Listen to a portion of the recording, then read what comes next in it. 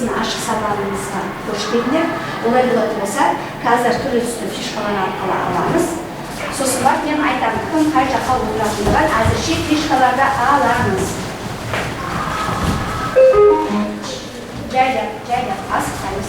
Ал бастадық. Сары түстер бірінші орындыққа, одан кейін бар көкшіл түсті екінші орындыққа, және серебристеріміз ашыл түстер үшінші орындыққа бар отырады. Тез. Алған түстерін бойынша аламыз. Тез. Әркім өзі жаңалыққа жарайыз.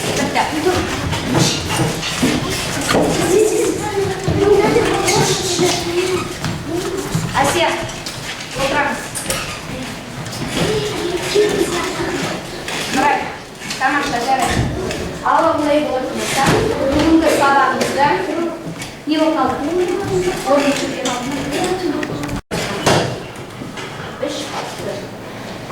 Ерді жасылға, басқалымсыз бұға, үйретеді, бәрін үйретеді.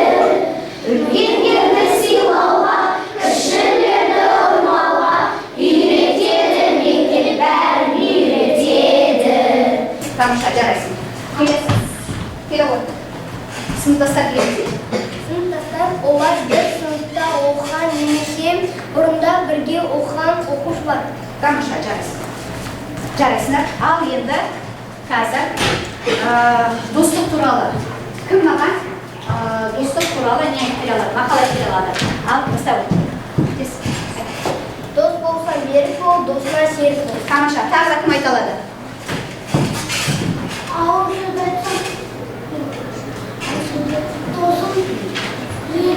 Тамаша. Ол жақтың ауасы керемет, табиғаты әдемі. Тамаша, жарайсың. Ал олай болатын болса, Астана мен Алматы білесіздер, қазір біздер Астананы қалай айтамыз қазір? Нұр-Сұлтан қаласы болды. Ал Алматы біздің бұрынғы Астанамыз, білесіздер. Олай болатын болса, бала, келесі сұрағымыз бізде ребус шешу. Ал балалар сөз жұмбақ шешіп атылы қазір көрек, біздің отырмыз кім? Қазақ, дұрыс айтасың.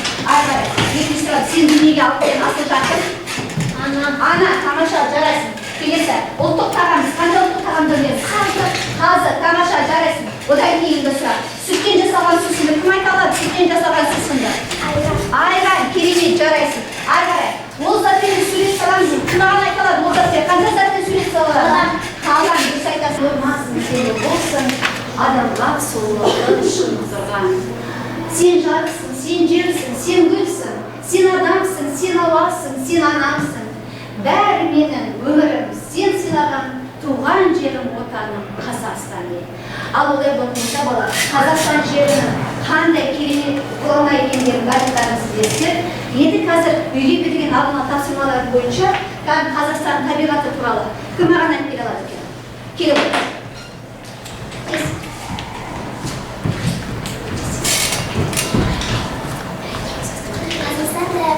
Табиғаты өте әдемі болады. Ояқта емен ағаштарымен тиындардың кішкентай тесіктегі үйлері болады.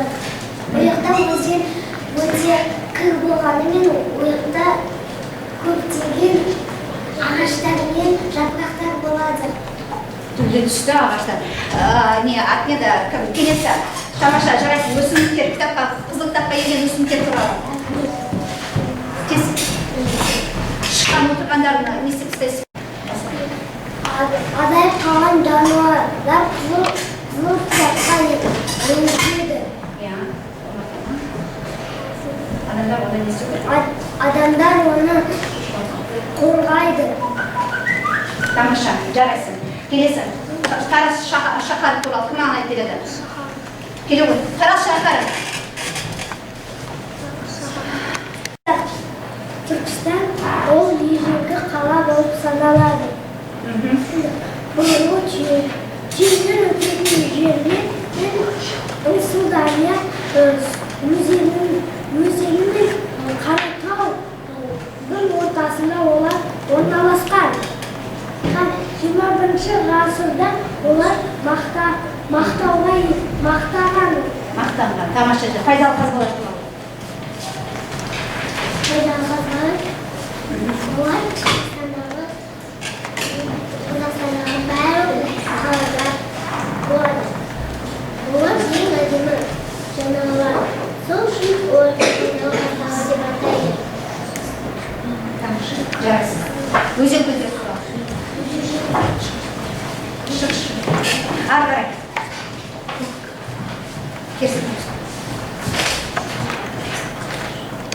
Сары өзені,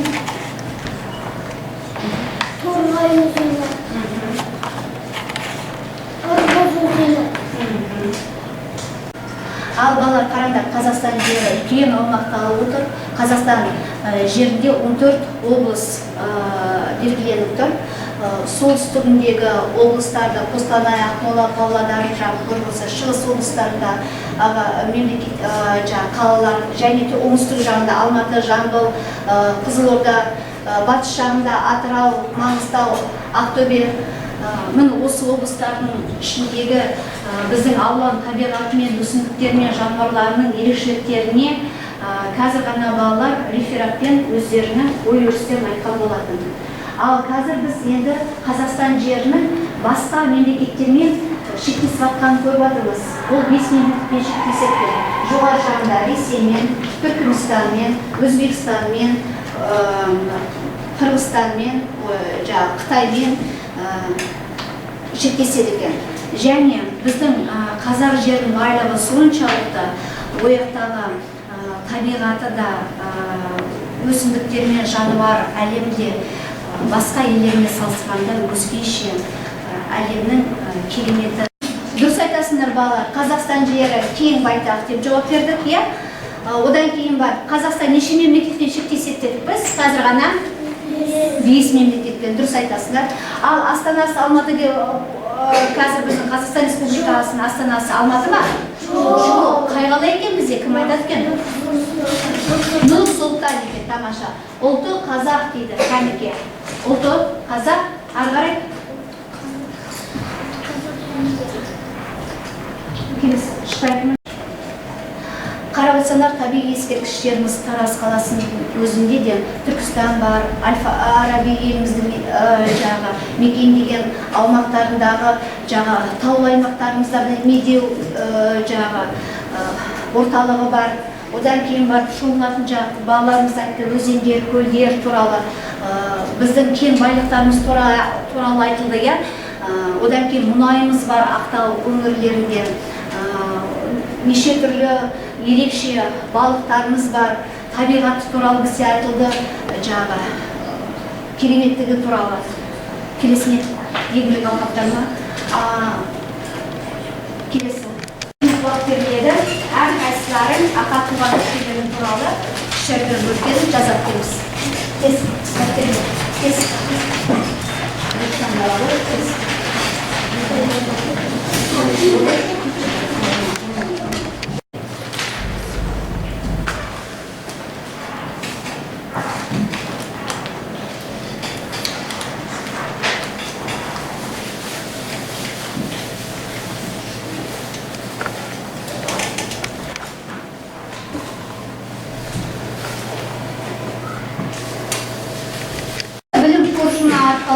Қазір бағалаймыз, кәнке бүгін сабақта қалай меңгергендерді стикерлер арқылы белгілейміз тақтаға. Кес. Жақсырабыз, кес. Кес, астын, ақа. Кес. Ақа, жарасында, ия, ақа. Болды. Ақа, астын. Тамаша, болды.